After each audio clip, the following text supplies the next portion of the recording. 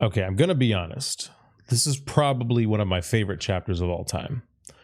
This chapter absolutely blew my mind in more ways than one. Thematically, creatively, I don't give a damn what word you want to use. This chapter blew my mind in a lot of ways.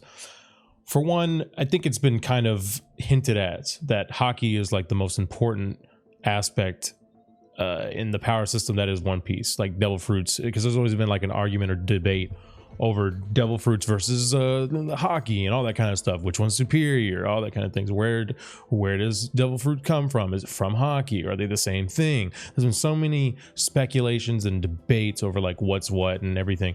And this chapter firmly says that Devil Fruits don't matter. Not that they don't help. Not that they don't help overall. But what matters more than anything of getting 100% is hockey. And this honestly, this opens the door for so many things that can happen in the future and what this means for the past. It's insane. This one line of dialogue literally shook the foundation of everything. Immediately, whenever he said this, I immediately thought to Virgo.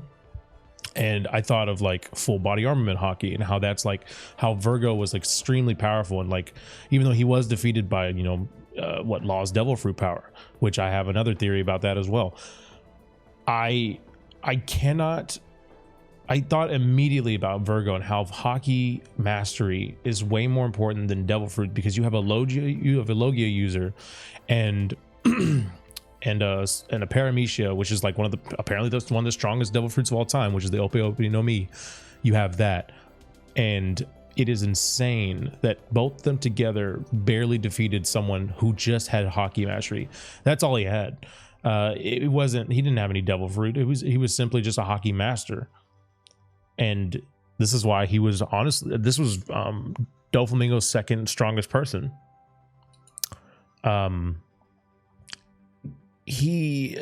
Hockey itself,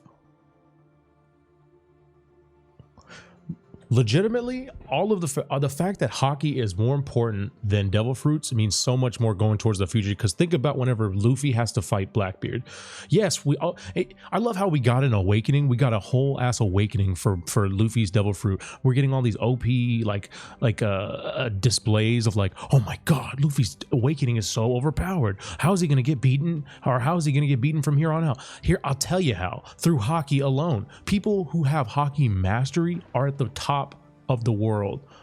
Like, you look at Shanks, you look at Roger, like these people are you look at Garp, these people just straight up have hockey mastery and are known as some of the most powerful beings in the verse. It is insane to me that this never crossed my mind in the first place, that like whenever Luffy fights Blackbeard, his Devil Fruit power will not mean a damn thing. None of this awakening means shit to Blackbeard. And like, what will Luffy have left? He won't have his rubber powers to make him bounce back and make him be resilient to attacks, especially the Gurren no Mi that like Luffy's gonna have to literally go against while not having his Devil Fruit powers.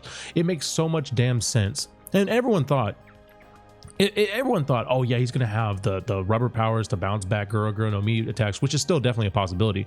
But whenever you deal with the darkness that is Blackbeard's fruit, that takes away Luffy's Devil Fruit powers, what will Luffy have left? Nothing but hockey. That is one thing that cannot be taken away from Luffy. That is the one thing that cannot be taken away from most people.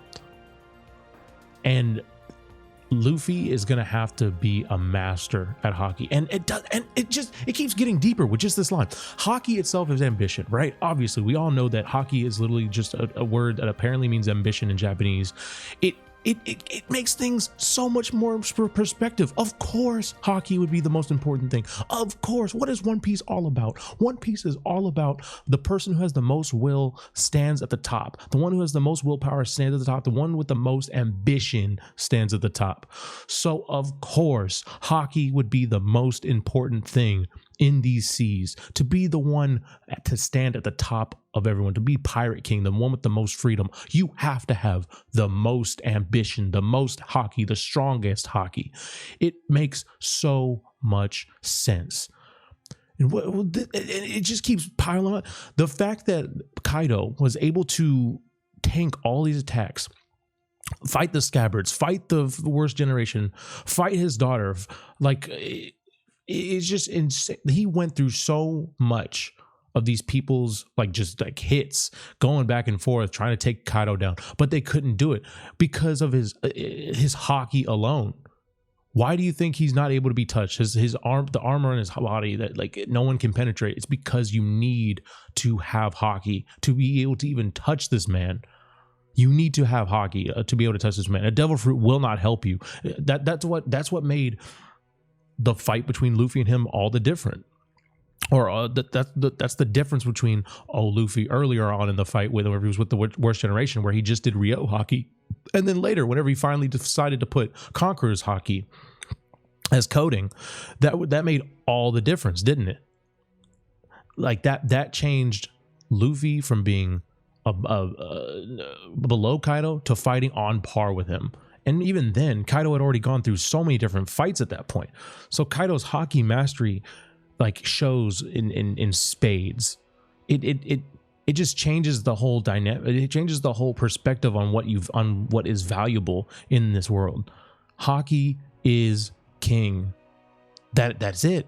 Haki is king. Of course, the person with the most ambition would be the one who would stand at the top. Of course, it makes too much sense, And I have had problems with haki as a power source. I've had so much issues with haki as a power source ever since it was introduced, because it just seems to come in out of nowhere.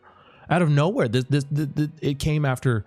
Yes, it was referred to in I think Impel Down onwards, but before then it was never talked about. I gotta look back to see when haki was even first said. If someone knows, just leave that in a comment. But like haki just kind of came out of nowhere, and it seems like it could have been put into places like in the past in the story, but it seemed to be an afterthought. Like devil fruits were the main power source in this world, and then haki came later. And haki is just like an add-on to like the fighting system, but it doesn't mean it's the most important. Now everything is flipped. Haki is more important than devil fruit. It's confirmed. The fact that Roger didn't have a devil fruit, it's just the man straight up owned the world with just haki. I can't emphasize that enough.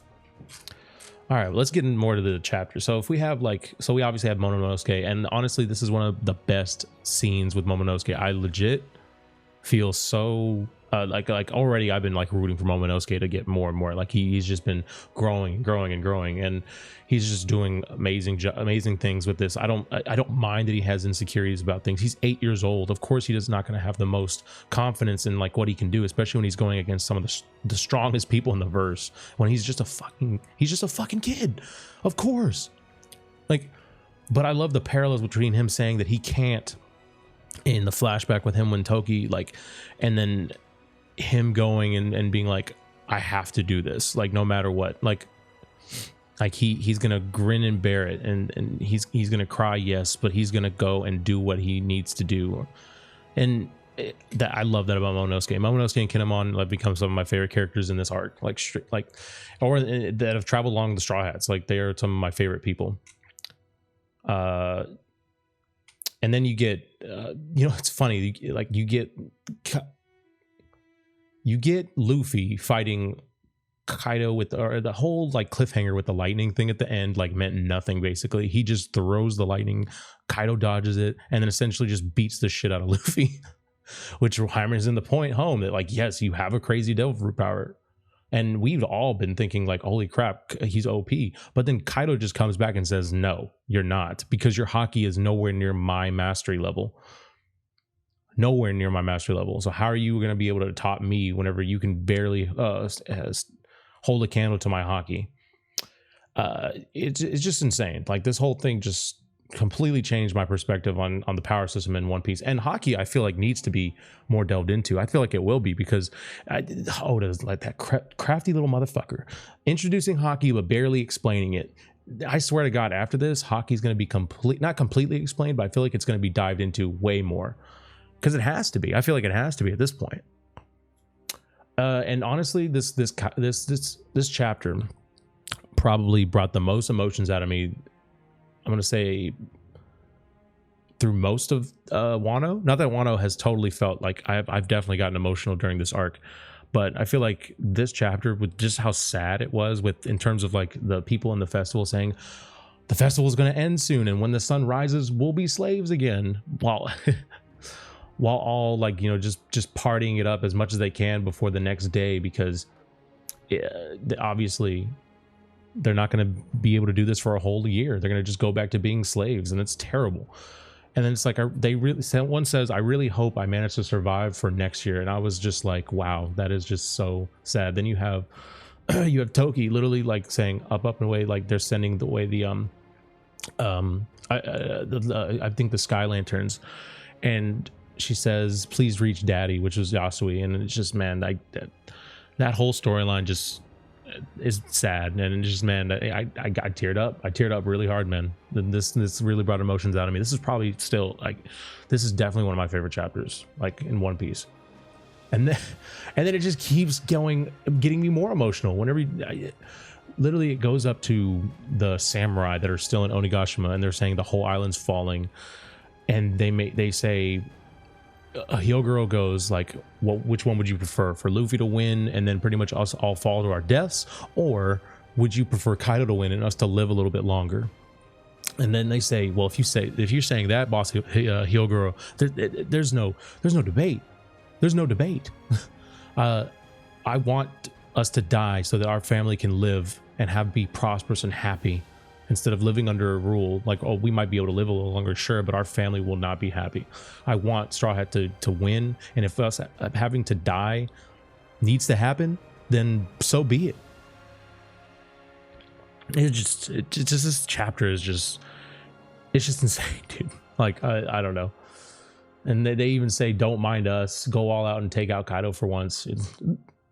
It's just this chapter. And then people were saying, you guys are crazy. And it's like, Hyogoro's like, yeah, so what if we are? Which is juxtaposed by Usopp whenever he's like, I don't want to die, I don't want to die, I don't want to die, I don't want to die. Bro, this chapter was great. I think this is a 10 out of 10 chapter. And then you get Luffy coming out with like the biggest punch I've ever seen in this whole show. It is insanely huge. I don't think it's bigger than Onigashima, but it's definitely like big enough to punch through it. So it's like, I feel like it's kind of weird that Luffy is putting everyone else's life on the line to punch through. And I don't know if this is just like a tactic for him to like get Momo to like, or he just really believes in Momo enough, maybe. I don't know. Luffy's crazy. Luffy is absolutely insane. I don't know.